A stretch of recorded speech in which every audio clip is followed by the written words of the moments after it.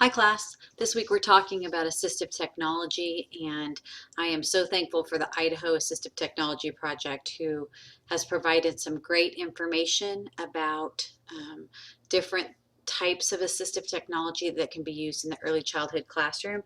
And I think you're really going to find these to be very informative. I know I did. It's not that I didn't know that they existed, but I certainly have learned a lot through reviewing this information as well as some other information. So first of all, let's talk about what assistive technology is. And it's any item, piece of equipment, or product system, whether it's acquired commercially or off the shelf, whether you made it or somebody else made it, but it's to improve or increase or maintain the functional capabilities of individuals, or in our case, early childhood education students who have disabilities. Now, assistive technology can help young children in a variety of different ways. It can help them with play, can help them communicate with their language. Languages probably and communication are probably the ones we're most familiar with, but mobility as well. How about using wheelchairs? These types of things are all considered assistive technology. Also for literacy, computer access, and then also we're going to talk a little bit about the use of iPads and iPod touch applications. So there are a lot of different art materials that are considered to be adaptive and or assistive. And if you look right up here, you can see this is called a slant board. And slant board, notice there's a clip at the top, so that helps children keep their paper. Maybe they can't hold their paper in place, so this has a clipboard, allows them to hold that in place. There are grips on the bottom of the board so that it's not going to slide around. Okay, they talk about triangular crayons. They've got different sorts of grips. You'll notice right here all different sorts of grips that can go on pencils or crayons, and knob paintbrushes, lots of different options there. All right, in the area of games and educational toys, have you ever seen one of these? This is actually a card holder so that people who can't grip a hand of cards can actually just put their cards there, and then they can pull one out at a time as they see fit.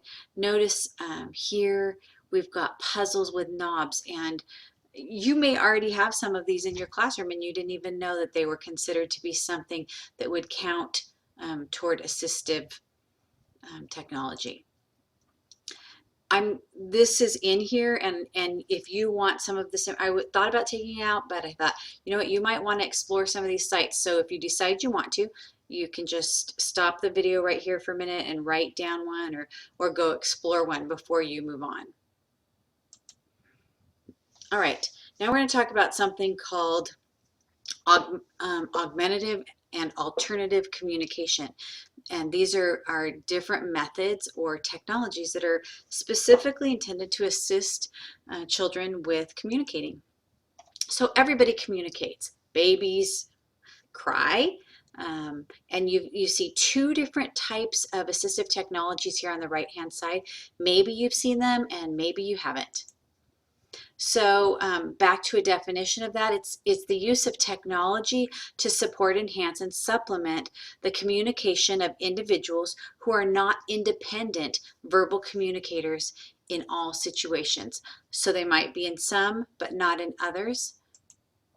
And so here are some questions that you should ask as to whether or not an AAC is appropriate.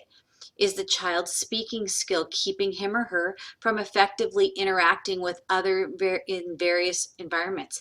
Is the child's speaking skills limiting his or her opportunity for speech and language practice? And could an AAC provide new opportunities for the development of both speech and language ability? If the answer is yes, then you should consider it. Now, if you take a look at this graphic, this is adapted some, but it's about expressive communication and augmentative communication. And so we want to make sure that we are helping children be able to communicate Otherwise, they will not be able to have academic success. That's the bottom line. And that's the case whether we're talking about English language learners, or we're talking about toddlers who are just learning to talk, or even if we're talking about preschoolers who are having a hard time with verbal communication. In order for them to be successful academically, we need to figure out how to help them communicate. There's a continuum of AAC devices, and I want you to pause this video. I'm not going to read through it item by item. What I'm going to say is I'd like you to pause the video, and I'd like you to just look at the different areas. This is probably the simplest up here, and then as you progress down the page, they get more and more advanced in what they're capable of doing. So pause the video and spend a few minutes checking out this graph.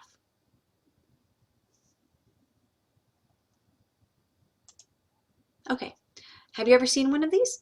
This is an eye gaze board, and there are different words or symbols on different parts of the board. And so a child who is unable to communicate is able to direct their gaze to a particular part of the board, and that's their answer to the question that they were given.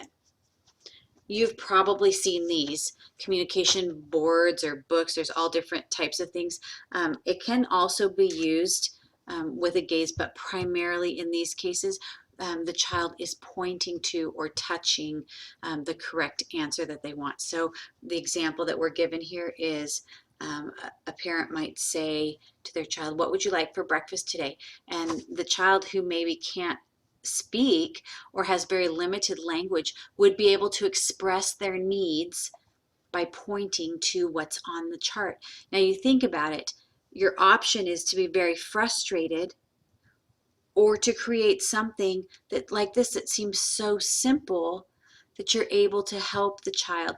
I would say when possible, it'd be really nice to have an actual picture, but in this case, this symbolic picture certainly is doing what we need it to do. Okay, simple voice output is a button that somebody can hit to give a particular answer. And then there, of course, are more advanced, these are called voice output devices.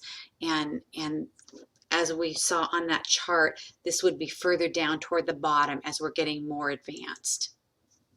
Again, this one you can actually create sentences.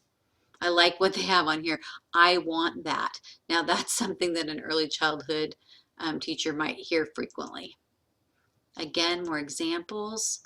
We're getting up a little bit older, but remember, early childhood, we're talking about kindergarten, first, second. So we're looking for a lot of different ways that we're going to help children learn to communicate. iPads and iPods are fabulous for assistive technology, and there are a number of different programs. If I had kept everything in here, there were pages and pages and pages of different types of programs that can be, or apps that can be purchased. Some of them pretty expensive, some of them not too bad, but you know, some of them were like over $100 or $200 with the intention of assisting individuals who otherwise would not be able to communicate. The great thing about an iPad or an iPod, or one of the great things about it, is that it's so portable. And portability is very important because we don't want the child to just be able to communicate in the classroom or just in their home. We want them to be able to communicate wherever they happen to be, at the park with their class or at the mall with their parent. We want them to be able to communicate, and so portability is very important. Oh, there we are. Sorry, I jumped ahead. There are the criteria. It's got to be accessible, it's got to be easy, and it's got to be adaptable or flexible. All right. Visual schedules is something probably most of us are familiar with if you've worked in the early childhood field for very long. And I know that when I've worked with Cindy Kopp or Karen Athing, they've been very, they've expressed how important a visual schedule can be for somebody who's really having a challenging time in the classroom. And so perhaps you've put together a visual schedule before. They give us a few examples here, And these are morning routines. You see how there's Velcro down this side here, and then they move them over to the other side as they do them. In these ones, we've got different activities that get moved in so the children know what order their day is going to go in. Predictability, giving them some control, being able to see where things are headed. It's very important for transitions. So they give us some information here, and one of the things that they say is that visual schedules promote independence, and in our culture, that's one of the things that we're aiming for. And I say in our culture because, as you know from other classes you've taken, that not all cultures value independence the way we do, but we do find that we're trying to encourage independence, and a visual schedule is one of the things that can help do that. Now, I noticed down here at the bottom that sometimes there's a schedule of the day and sometimes there's a schedule of an hour, because some children need things broken down into very small increments of time. Here's different ways. Here's somebody who's learning how to brush their teeth. Put the toothpaste on, brush your teeth at the sink, put it back in. All right. Next, we're going to talk a little bit about seating and mobility, and we may not see this very much in mainstream classes, but occasionally there is a need. I have seen it used, especially like at group time, but definitely there are a lot of different options there, and so we've got a few. Notice this is a desk that actually slants up, but a variety of different options provided here. Wheelchairs, which we're not going to focus too much on, but definitely there's a point at which special education teachers and parents are going to get together and talk about whether or not it's time to provide the child with more options for mobility. And remember, not only do we provide them with mobility, but we also have to talk about the environment and whether or not the environment is suitable for a wheelchair or a modified walker, and what are we going to do to accommodate? Because we can't just say, oh, well, there's not room. That's not how it works. You need to figure out how to rearrange your classroom to make it accessible. All right, just some different options here of mobility devices, and like I said before, you certainly can stop anytime to take a look at things and get some ideas. With regard to literacy, there are so many different types of books, tactile books, a book holder. This is a book holder here. You can get see-through book holders that are like a hard plastic. Those also work. I like this. Have you ever heard of page fluffers? These are things that go, look right here, here they are. Things that go in between the pages to help children more easily be able to turn the pages. Again, looking for that independence. But I love this. These are just little pieces of foam that are put between here so that the child can turn the page on their own. Great ideas. There's some smart people out there, you know, working on assistive technology. All right, Amazon has 1,000 audiobooks for baby through age 3. I had no idea. So lots of different options. Again, you can pause this if you want to take a look at what the information that's provided.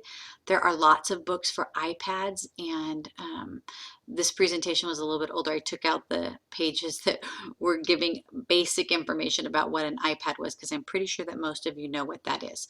But definitely, if you have an iPad, even if you don't need assistive technology for a child in your care right now, I highly encourage you to go on and take a look and see what's available. When we talk about stages of writing development, believe it or not, assistive technology can help with writing development. And these are some different options of things that are available. Some of them are, you know, hands-on. Some of them are more related to the use of a computer. And I know most of you maybe don't use computers in the classroom, but certainly some do. You can use stamps with children to help them do writing in that way. just so many different options. And I am about to run out of time for my video because I can only go to 15 minutes. So I just want to let you see that there are so many different options here, and I hope this has been